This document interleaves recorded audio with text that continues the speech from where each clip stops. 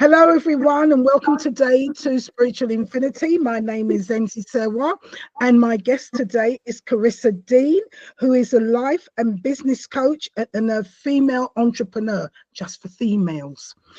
And she, and she is in Oregon. As you know, my guests come from all over, sometimes Italy, Germany, America, which part. So she's in Oregon. So for her, it's morning. For me, it's afternoon because I'm in London. So welcome, Karissa. Welcome to my podcast, Spiritual Infinity. And today we're here to listen to about your journey. What happened to you? What made you connect to your spiritual side? What maneuvered or pushed you or whatever to be the person you are today? So I'll hand it over to you, Oh Karissa. my goodness.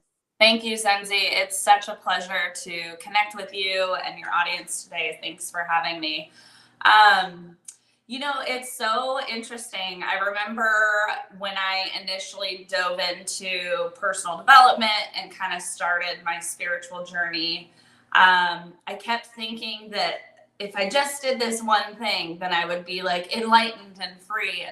And it's funny because when you start it's just the beginning, and it's a never-ending evolution of healing and learning and growth. And it is not always the most fun or comfortable thing to You to learn. expand, yeah, to expand your consciousness. But I think that I grew up, my mom was a pastor at a Christian church. So I grew up in the church. And it really wasn't until I moved out and went to college and really started to understand that we're all these unique individuals on this crazy journey in this 3D world. And we have opportunities every day to make choices, to evolve. And so spirituality has become, a cornerstone of my life, of my business. And it's not always been easy, but I think that the more we choose ourselves and choose to become conscious about our role that we play, it really does get better, but it's definitely confronting. You get a mirror held up to you quite frequently, and sometimes it's not always pretty what you have to look at. But I think that there's a lot of beauty in the messy chaos that we get to call life. Okay, so you've had this mirror put, but how did you get to the point where the mirror was shoved up in front of you? What made you get the mirror shoved up? Yeah, I mean, Zenzi, like the mirror is constantly being shoved up. I think it was just shoved up yesterday. And I think for me, I hit rock bottom. About 6 or 7 years ago now, I was on my knees trying to decide if I wanted to live, and really was confronted with, why am I here? What am I doing? Feeling really unsettled in my marriage, really unsettled as a mother. I have a daughter, she's 11 now. So I didn't know what I was doing. And I felt this deep sense of I was lost. And I had no purpose. I wasn't fulfilled. I wasn't happy. And I had this moment where I was just on my knees and I was like, this is it. I'm done. I give up. And instead of giving up, I signed up for a group coaching program. And that was the first time the mirror was shoved in my face, where I realized that I was a participant in the things I was experiencing, and that I had choice. I had a choice of how I reacted to those things, how I responded, what I decided to do next. And yeah, I just kind of dove into this rabbit hole of, wow, it didn't feel like I had choice, but when you get that mirror and you have someone holding you with love and compassion, you're able to see, oh my gosh, okay, this thing happened to me, right? You know, that's kind of the narrative that we hold on to. This is happening to me, but really it was happening for me. And I was able to see all the different pathways and that I did have a choice. Not that the choices are ever easy by any means. I don't think any of this work is easy, but it's so fulfilling. And because of that initial mirror that was held up to me in this group coaching program, I have now been able to heal myself, cultivate a beautiful awareness around what is happening for me. I've been able to hold a lot of beautiful individuals through retreats and one-on-one coaching and group programs that I've developed myself. And yeah, I mean, I radically transformed my life. I saved my life. And I've never been happier or at more peace, right? Okay, can I just delve in a bit more, because a lot of us go through things, but when you said it came to a point where you didn't want to live, if it's not being too intrusive, what made you get to that point? What was going on?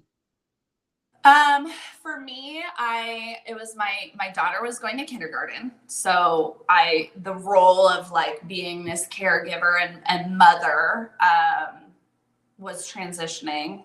My husband and I were not getting along at that period of time. I really wanted more children.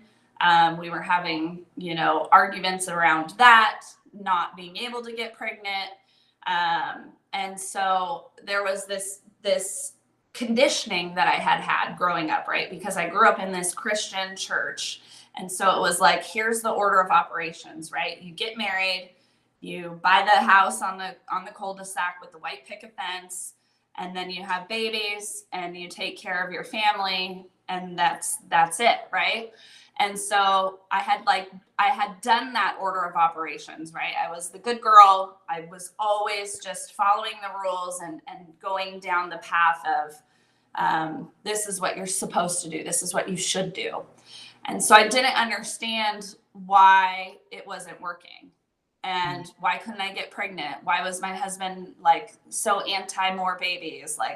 And he was really pushing me to find a career and have a job. And I had kind of like dabbled in a bunch of different things at that point, but really I had mostly focused on being a mom, which was something we had agreed upon, is, to be the caregiver for her and then kind of work part-time doing whatever. And so I was lost. I didn't have that sense of purpose. So when she was at school, it was like, what am I doing with my life? What am I, gonna get fulfillment from? And, I think I was lacking community, which was a big thing. I was lacking my sense of purpose. And I was also, looking back now, my marriage was not in a good spot. And I think that was a moment of realization of like, maybe this person and me, we served our purpose of time together, and it's time to go our separate ways, because we had started to really grow apart at that point and want different things in life. Mm-hmm. So it was kind of just like a cyclone of these different things. But I think ultimately not having community, not having a tribe to ground you is a really big deal, especially for women and mothers. And I think not feeling fulfilled, like you have a purpose, right? I wasn't feeling valued at home. Yeah. And that's a big deal. That's a really big deal. Yeah. I can understand if you're going through the motions of these different things and you followed them one by one, and you've had this child, now you're there to be the caregiver, and you want to continue with the family and have more, but your partner doesn't want to. He wants you to go out to work and get a career, and and not be appreciating what you've done and what you could do and how the relationship could be in a family. So yes, it sounds like there was a disagreement on what needed to be done, and probably he just wanted to have one child, or it was not yet time. But it certainly wasn't what you wanted. And from what I can what I'm hearing, is that you were probably given the pressurized to do things you didn't want to do, and there was nobody there for you to talk to that could understand you and that can guide you or give you in that way, so you felt all alone. Yep. So here you are feeling this lonely, this down, and nowhere to turn to. Yeah. What do I do? Misunderstood. Yeah, misunderstood. I think misunderstood is a great way to describe it. Yeah. And then how did you, when you felt this low, and then you said you went into a course, how did you come to think about the course? Was there some kind of intercession or something that pushed you in that, made you think about that? What made you turn in that direction? You know, I think to go back to community, I believe community is a cornerstone of what's missing, especially here in the United States. We've lost a sense of that community and that connection. And so what I got from this group program was community. I got a group of women who were all going through different things. Like we were all on very unique things. And so I remember the first call, and there was a woman sharing, and she was a very successful doctor, and she had just gotten married, and her husband was like a very successful doctor as well. And she was just sharing. Come on, I'm your holding. And okay, can you just repeat that, because I lost you for a moment? You had a woman who was talking, and yeah, so I was in this group program, and there was this very successful woman sharing her story, and kind of, you know, it was this first call, kind of introductions. And she was just sharing about her life, and she's married to a successful doctor. She's a successful doctor. And I just remember sitting there, and I hadn't even opened my mouth or shared or come off of mute, right? Because we were on Zoom. Come on. Oh, did I lose you? Are you there? Yes, I am now. Okay. So she was sharing her life. She was sharing her life, and I don't remember exactly what she said, but something in my brain just clicked, and it dropped in that I had a choice, and that I was more powerful, and that I could create something different, but I had to get quiet and understand what it was I wanted to create. And I think that was the missing piece, is I was really seeking, you know, because growing up in the church, you're always seeking that validation, like, pastor, am I doing what I'm supposed to do? You know, here are the order of operations, like, I did all of this, now what, kind of a thing. And so you're seeking that external validation. And what that first coaching call gave me was the permission to go within and to sit with myself and get curious about, what do I want to create, and what would feel really good in my body. And that changed everything. That gave me the ability to get quiet. It gave me the ability to start, you know, to listen to myself and kind of pay attention to the pings and the twings and the pain. And it was so simple, but I think that that's the power of community. And that's why in my coaching practice, I'm always talking about community, because we can learn so much from each other in those collective environments. Yeah. It was interesting when you say when you were in the church, it's as though you were seeking outside validation, where when you joined to this course, one of the things they taught you was to sit still and listen to the power within, listen to your pain, face that pain, clear through that pain to see who you are and really what you want. And that's very important. That's something that I think we all have to go through, is to listen, because everything is inside of us. We Yeah. don't have to go outside. Everything's inside. And that Yeah. helps to give you that strength. Yeah. And it's so hard because, I grew up in Oregon, born and raised, and that's not what they teach you here in the United States, right? They everything is made for the external Okay. validation. Everything is made for you to seek approval, right? All of the sales, all of the marketing, Yeah. everything is about you Yeah. should do this, do this, you should do this, you should do this. And Yeah. so we're constantly inundated, Yeah. right? Yeah. With this is how it's supposed to be. But the reality is the way you're supposed to be is within you. And you already know, you just don't give yourself Yes. permission to go there. You are so, I'm so happy you said that, especially when you say in America, it's all about the marketing and how you should be and the perception of you and how you should put yourself out there and what you need to do. And you're right, it's wrong. It's absolutely wrong. We're individuals and we've come with our own unique gift, our own unique way to share. And there's nobody like Karissa. There's nobody Yeah. like Hope. There's nobody like Peter Gray. There's nobody like Zenzi. We're all different with all our gifts. And if we're only allowed to explore those gifts, and you have to go within, and it's not Yeah. what society says you should be. Yeah. And you do need community to encourage that way of thinking. Because if you're thinking that on your own, you get tossed because Oh, yeah. society says that's not it. So you have to find your tribe, you have to find your community to help Yeah. you go through that. And a spiritual community that understands that. Yeah, exactly. And I think, looking back,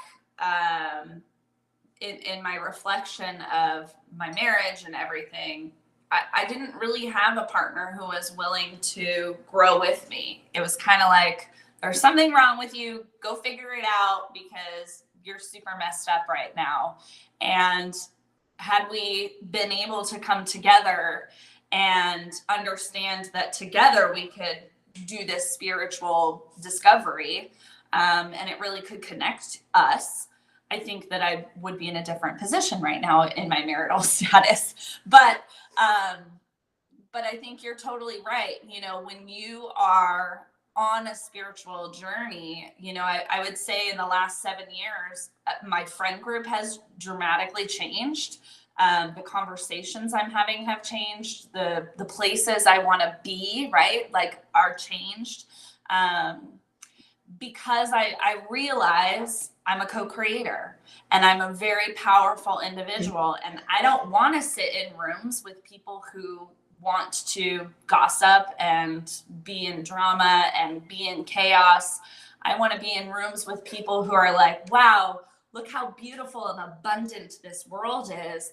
And yes, there's shit happening and it's messy and challenging and confronting, but all those pieces are just part of this beautiful duality of life. And so when you go on this spiritual journey, everything changes. People fall away, and I would say at the very beginning, like my family, I lost touch with a lot of them because I was so deep on, like, I have to put these blinders on and figure out what my path is.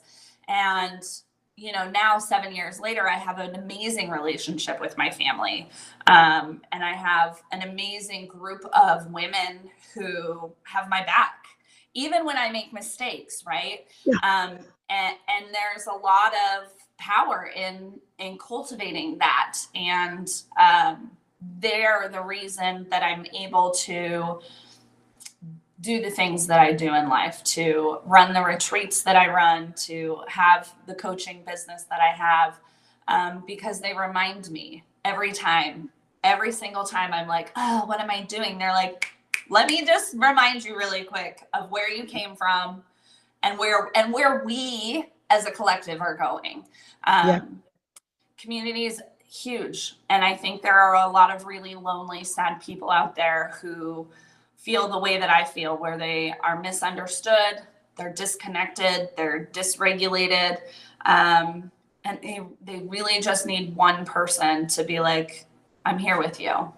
Yeah, you are so right. In the time we're living now, probably for a long time, but it's coming out more and more that there is that disconnection, that misunderstanding, and people are becoming more aware.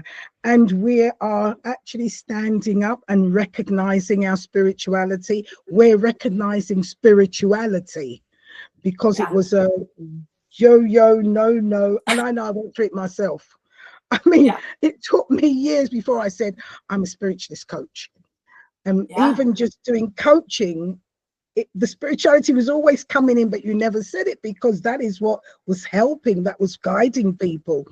But to actually stand up and say, you know, when people say, how did you know that? And how did you recognize that? Because the things you ask will be out there, but you're digging here. But, you know, I mean, it's through spirit. It's through that connection that you can see and then guide that. And unless you're with people that understand you, it's a very difficult and lonely road. Because I have friends around me now who say, you know, I have a friend who's gone through a death, and she said to me, Zenzi, you're the only one I could talk to that understands me, because of the things we say, because of the things we see. And you do need your own tribe to encourage your back. Even when you do things wrong, it doesn't mean you're perfect. And you just need that support. Yeah. And having your retreats and having those people, I can see it's done so others as well.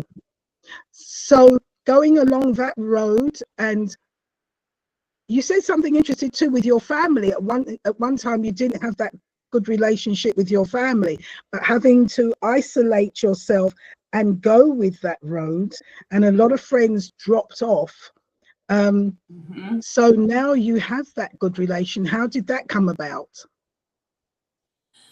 You know, I recorded a podcast episode about triggers not too long ago. And in that episode, I talk about how triggers are guideposts. And when we're quote unquote triggered by life, you know, which really just means that we're having some sort of reaction, right? Our nervous system usually is in a heightened state. We're feeling that fight or flight mode. You have an opportunity to understand the trigger and connect with the person who triggered you. Yeah. Or you can toss up the middle finger and be like, you triggered me, and run away. And so I think when you are new to self-discovery and trying to cultivate understanding of the self, you're creating self-love, you're creating self-compassion. It's easier to be triggered and turn away. It's easier to cut people out and say, oh, you're not healed, you're not evolved, out you go. And so early in my personal development journey, that's what I did. Anyone who didn't agree with me or triggered me, I basically was like, you don't understand. I'm not going to sit here and explain it to you. I'm not even going to give you the time of day. And so what happened is I shrunk my world to feel good. And the truth is, and I think that it's okay that happens. I think that it's okay that happens. And I do also want to just say there are a lot of yucky people in the world who do need to be just cut off, and that's good. That's okay. Yeah. Not everyone is a safe person for you, and so I do want to say that as well. But my mom loves me. My dad loves me. My brother loves me. My sister-in-law loves me. You know, I have an amazing nephew. These people do want what's best for me, but there was a period where I had to kind of really shrink my world, and draw a deeper awareness of, one, everyone's on a journey and they're allowed their opinion, they're allowed their path, they're allowed their opinions. Can love them. Yeah, and I can love them and I can have compassion. And, you know, for me now, I'm always repeating, they don't know what they don't know. And they don't have to know what I know. And I don't have to understand what they know. And we all have these different things that have happened to us, right? Like, you know, if you were born and raised in a house where food was hard to get on your table, you're going to have some harsher feelings about food coming on the table. And so it's kind of like you gain perspective and you grow compassion, but you do have to kind of shrink in to find it for yourself and become really grounded in, this is who I am. This is how I want to show up in the world. And then you get to expand and grow from there. And so I shrunk in. I found my little tribe of people who helped me learn to love myself. And then from there, I was able to expand my consciousness, expand my awareness, and grow compassion for others. But you do have to start with yourself. Otherwise, you get lost in the noise. Yeah, you're absolutely correct. And I like the way you said you have to cut things off. You have to go within to really look at yourself and understand who you really are, what you're about, the authentic you. And when you discover that, when you bring it, because it's always there, it's just been covered up. It's not something that's new. It is actually the real you that's now coming out.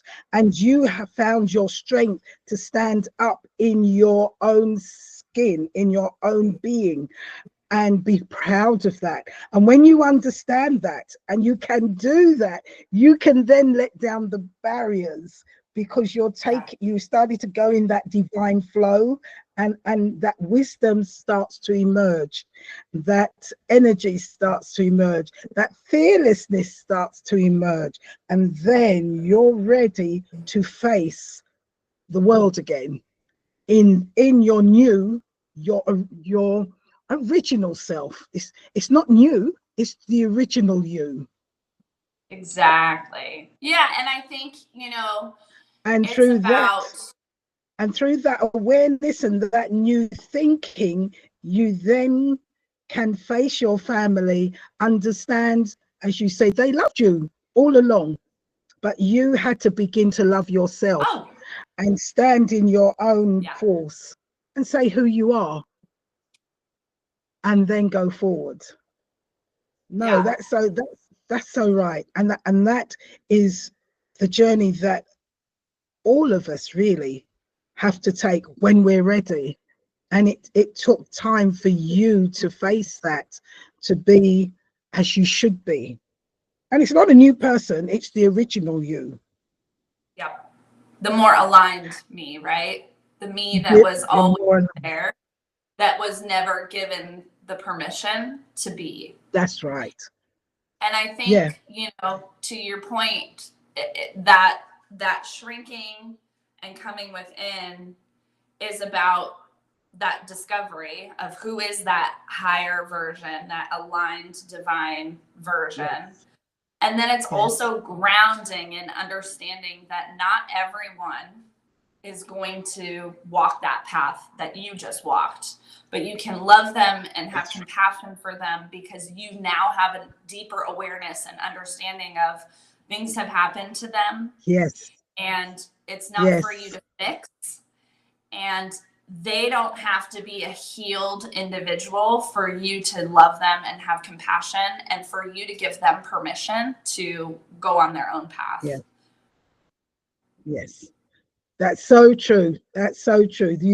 Once you find that love, they don't have to understand your journey, because our journey is different. All of us are different, and all of us are taking our journey at different times.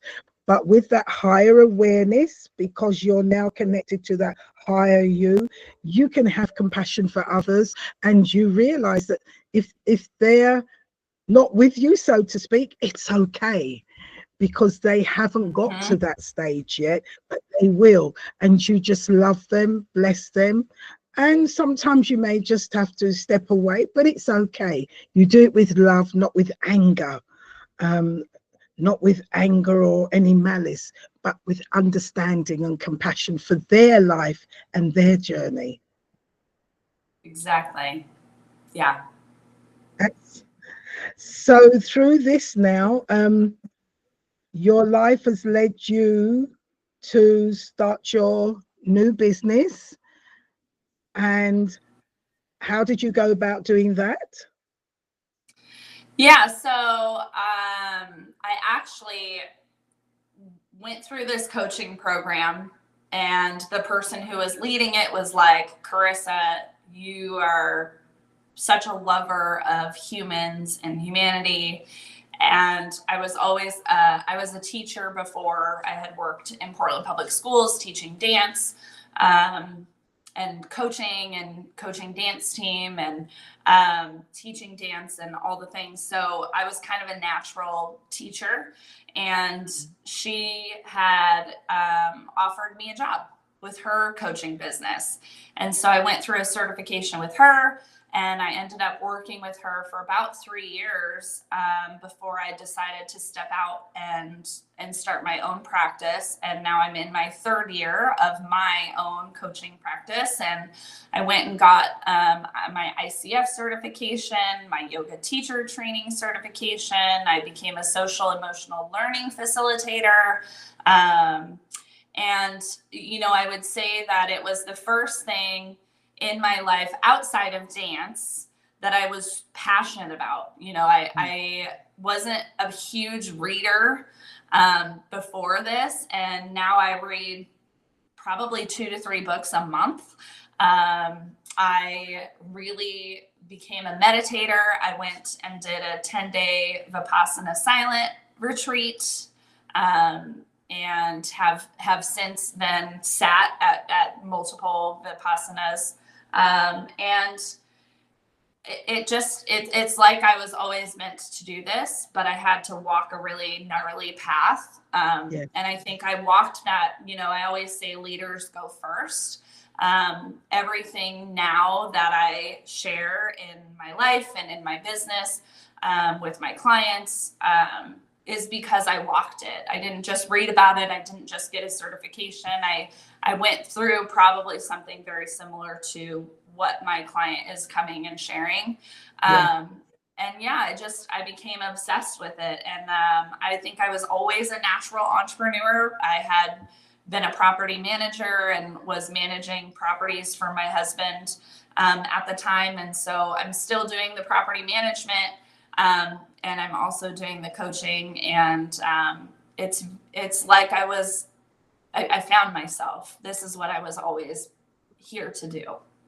So you feel now you've got a more fulfilled life. There's so much going on, and it's coming from your inner self where you're happy to do Yeah. it. You feel there's a purpose. Yeah. You've got your coaching, but you also do retreats. Tell us about your retreats. Yeah. We just came home from my first international retreats. I think I've done 4 or 5 retreats at this point, but this was my first international retreat. We were in Nicaragua, in San Juan del Sur, which is just above the border of Costa Rica.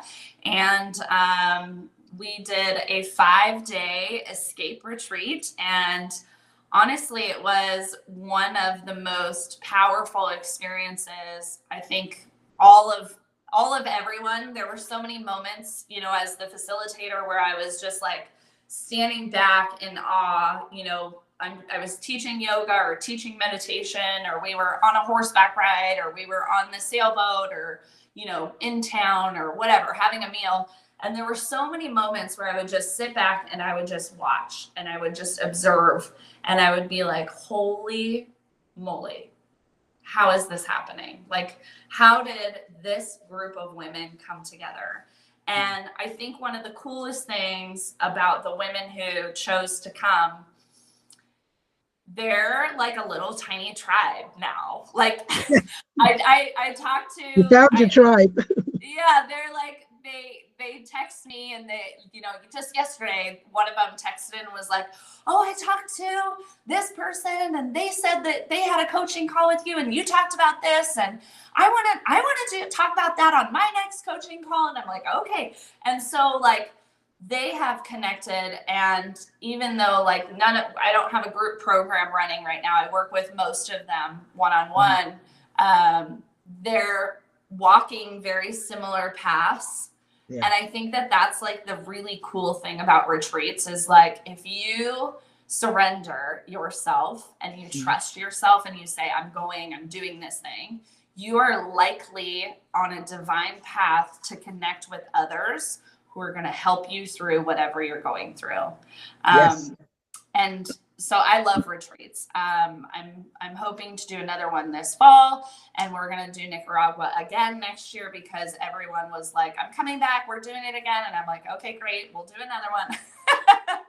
So they're enjoying it and getting a lot out of it. What are their experiences, their feedback from when you do these retreats? What do you get from for those who go on these retreats with you? You know, I think the feedback is that they can't believe it's everything that they needed, you know, because you present all of the, okay, I'm going to pick you up at the airport, all your meal, everything's taken care of, you know, you don't have to think. I remember one of the first retreats I went on where everything was done for me. It was like this aha moment where I was like, oh my God, women, our brains, even if someone else is cooking dinner, even if someone else comes and cleans our house, our brains never truly shut off because we are this machine of constant action. And so I think the main feedback was I didn't have to think about anything. I didn't have to think about who was driving or where we were going or how to pay. Like, you don't need a wallet. You're not on an agenda. All your meals are going to just come to you. All of the activities are just going to come. And if you like, there were some days where there was a couple participants who were like, I just need to sit by the pool today. And I'm like, great, have a beautiful day. We're going to go here. We'll be back in a couple hours, you know? So it's the permission to take care of your body, right? There was, you know, yoga every day. There's meditation every day, but like, you need to sleep in. I'm not going to be offended. I'm actually going to be so, like, I feel like it's a compliment when you feel empowered enough to say, actually, I'm going to sleep in today. That's a compliment. That makes me know that you feel safe and that you can trust yourself and you're listening to your body. I celebrate that. So, you know, I think it's just the ability to shut your brain off and just exist. Yes. And those are the moments where you really get to know who you are. Yeah, you're absolutely right. When you can just shut down because you don't have to think about anything. Nothing. Everything's done for you. You just need to be. Yep. And we don't get that all the time, to just be. Yeah. Be quiet, be still, do your yoga, relax, go for a walk, and not have to worry about timing. Because when you do go on these retreats, you're not rushing here, not rushing there. You know you're there for 5 days. This is it. Just be. Yep. Nobody bothering you, no phones going. Just be within and just be your authentic self. That's so important. That's so very important. Yeah. So Karissa, you've got your business coach going, you've done your retreats. If people wanted to contact you for any reason, have you got anything going online? Are you doing meditation? I think you mentioned something about doing meditation. Yeah. How can people contact you? How can people get in touch with you? How can they communicate with you so you can probably help them if they need to be helped? Yeah, thanks, Sensi. So I'm most active on the social media platform of Instagram, and my handle is Coach Karissa Dean with the underscore in between each word. I also have a website, karissadean.com. It's my name, Karissa, D as in dog, EAN.com. You can email me, hello@karissadean.com. And I have my podcast, which is Critical Conversations. It streams on YouTube, Apple, and Spotify.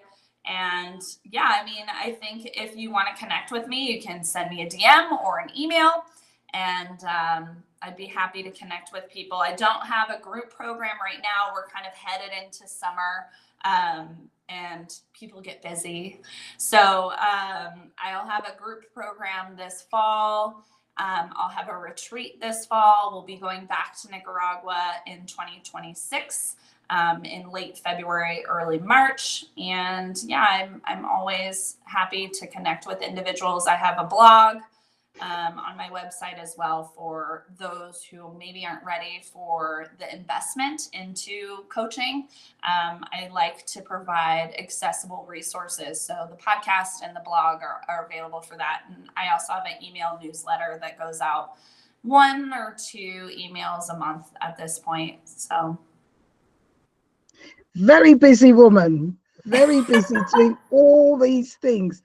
But before I cut off, you have an 11-year-old daughter. yeah. How is that affecting how, I mean, you've gone through, you had this daughter, you've gone through a divorce, your daughter is with you, you're doing all this. What does she think about her mother, Karissa? I think if you were to ask her, she'd probably tell you something along the lines of, I'm a badass, that I do a lot. I think that one of the greatest gifts as a mother is to step into your best self and show your children that they can choose themselves at any point, that they can reinvent themselves at any point, that you deserve to be happy. And so I think she has watched me be depressed and anxious, and she's watched me flourish and fly, and through it all, we've been able to really create a really deep bond with each other. She and I have a very open line of communication. You know, I always tell her she can tell me anything. I might not always like it, but we'll always figure it out together, because there's always a solution. And even if the solution is sometimes nothing, that's what we can do together. So I think that she would be sharing that she's grateful because I'm giving her the ability to see that there's always a choice. Yes, well done. And that's what we need. And sometimes we don't realize it until we go through our journey. Yeah. So Karissa Dean, thank you very much for sharing your story today. Thank you very much for going through what you went through and coming out on the other side so that you can share and be your true, authentic self. And you didn't give up. And lucky enough, something stopped you, and you weren't meant to give up, and you found your tribe. Keep going. And to all my visitors today, thank you very much for joining us. I will be posting all of Karissa's contact points when the video goes out, so you'll have it there if you didn't catch it. But for now, thank you all. Karissa, thank you, and have a wonderful day. Thank you very much. Bye for now.